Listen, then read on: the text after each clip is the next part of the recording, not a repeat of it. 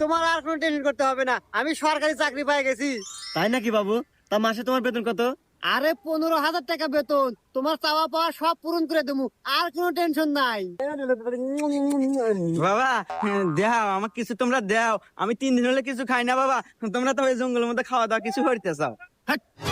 আপনার ফকির মানুষ, আপনার মুখে এত বড় কথা মানে না। দাঁড়াও বাবু, ফকির মানুষ মেয়েরা কিছু খায় না, কয়েকটা দিয়ে দাও। এই ফকিরের নেই জঙ্গলে এসে শান্তি নাই, এই বিক্রি কয়টাই না জানি কামাই হারান। কামাই তেমন নাই বাবা, এই যে নির্বাচন এসে কামাইয়ের বাজার কমে গেছে, হরি 1000 পাশে। হ্যাঁ, মাসে 5,000।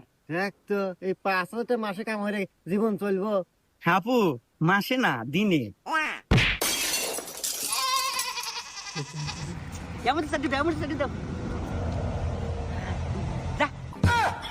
হুমন্দি করলো কি রে?